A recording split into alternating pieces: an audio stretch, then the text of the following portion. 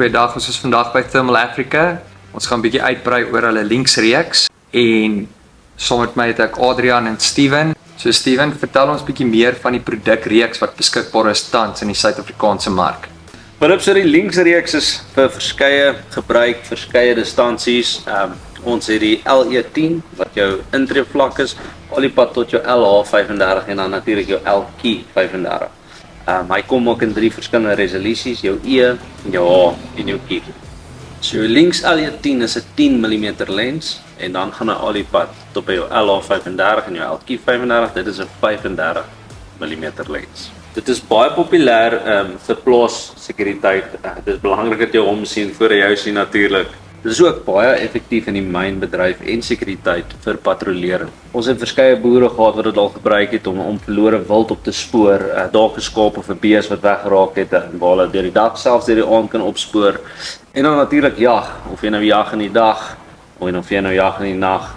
Dit is regtig 'n ideale produk vir daardie tipe mark. Adrian, ek gaan vir jou vra dat jy vir my bietjie meer uitbrei op jou intreevlak model, die LE10.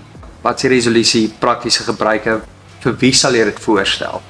Alright, so die intreevlak van die linksreeks is die LE10 3.0. Nou die LE10 is 'n 10 mm lens, so hy het 'n deteksieafstand van 500 meter en 'n identifiseringsafstand van om en by 150 meter.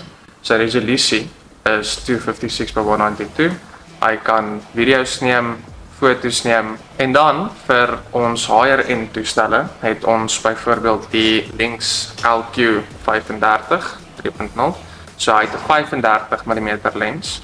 Hy het 1800 meter se deteksieafstand en om en by 600 meter se identifiseringsafstand. Om dit meer eenvoudig te maak vir die eindverbruiker op buite, verduidelik asseblief vir ons wat is die verskil tussen lensgrootte en resolusie en wat se impak het dit op ontvanklikheid en identifisering?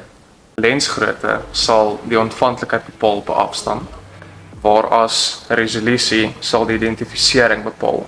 So Stevie, as ek reg verstaan, integreer hierdie met jou slimfoon. Die Hikmicro linksreeks het 'n ingeboude Wi-Fi. Hy het ook 'n mikrofoon, so jy kan met jou applikasie op jou foon, die Hikmicro Site app, kan jy dan integreer met die foon en jy kan dan 'n live view kry van die persoon wat dan die toestel vashou.